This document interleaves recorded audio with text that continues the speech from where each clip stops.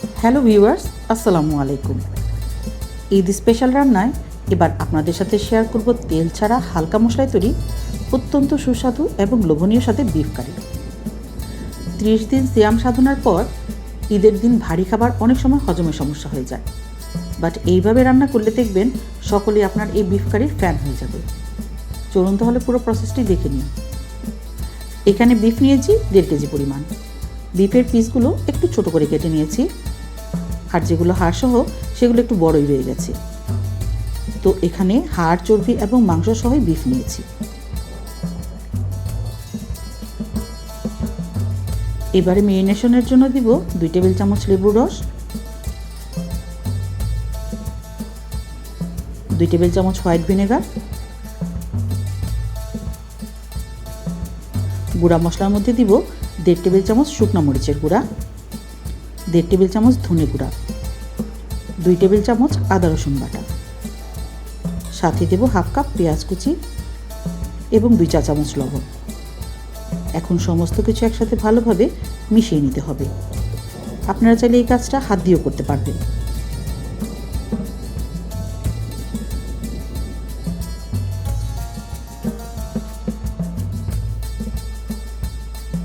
At last 1 cup পরিমাণ পানি দিয়ে আবার একটু মিশিয়ে নিতে হবে। তারপরে এভাবেই ঢাকনা দিয়ে ঢেকে রেখে দিব 30 মিনিট।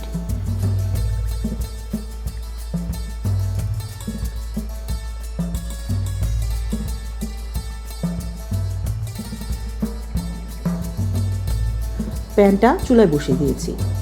এখন হাই হিটে রান্না করে নেব বলক আসা পর্যন্ত।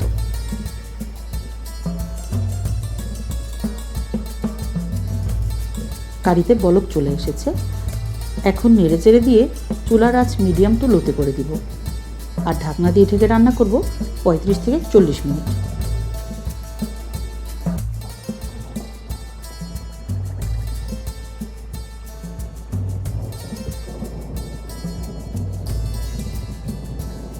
প্রায় 40 মিনিট মতো রান্না করে নিয়েছি, আর এর মাঝখানে এসে 3 থেকে 4 বার আমি নেড়ে চেড়ে দিয়েছি। মাংসটা প্রায় 60 to 70% সেদ্ধ হয়ে গিয়েছে।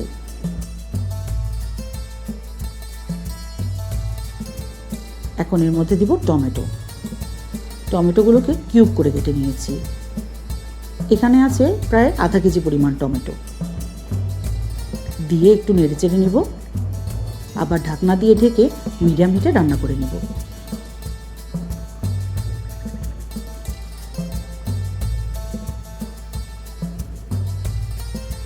আরও প্রায় 25 মিনিট রান্না করে নিয়েছি। দেখুন টমেটো গলে গিয়েছে এবং বেশ সুন্দর একটা কালার চলে এসেছে। এই পর্যায়ে আরও কিছু স্পাইসেস ইউজ করব।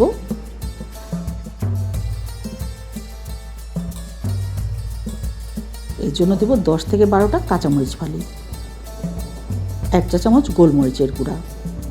যে যার টেস্ট অনুযায়ী মরিচের পরিমাণটা বাড়িয়ে অথবা কমিয়ে ব্যবহার করবেন। অ্যাট লাস্ট দিয়ে দিব 1/3 কাপ টমেটো সস।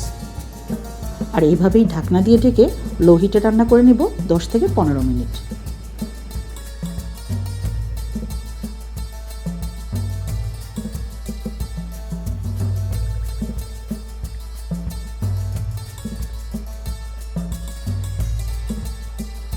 তো ভিউয়ার্স, তৈরি হয়ে গেল আজকের recipe Eid special beef curry. তেল ছাড়া এত অল্প মশলায় তৈরি এই বিফ কারির স্বাদ আপনাদের বলে বোঝাতে পারবো না। তাই আপনারা দেরি না করে মাহমুদাস কিচেন স্টাইলে তৈরি করে নিন এবার ঈদে এই স্পেশাল বিফ কারি।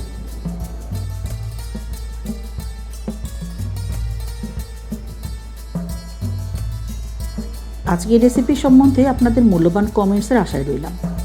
রেসিপিটি ভালো লেগে থাকলে লাইক করে দিবেন এবং ফ্রেন্ডস এবং ফ্যামিলির সাথে শেয়ার করতে ভুলবেন না। আজকে এই পর্যন্তই। বাকি রোজাগুলো আপনাদের সুন্দরভাবে কাটুক। ঈদের আগাম শুভেচ্ছা জানিয়ে আজকের মধ্যে এখানে বিদায় নিচ্ছি। আল্লাহ হাফেজ।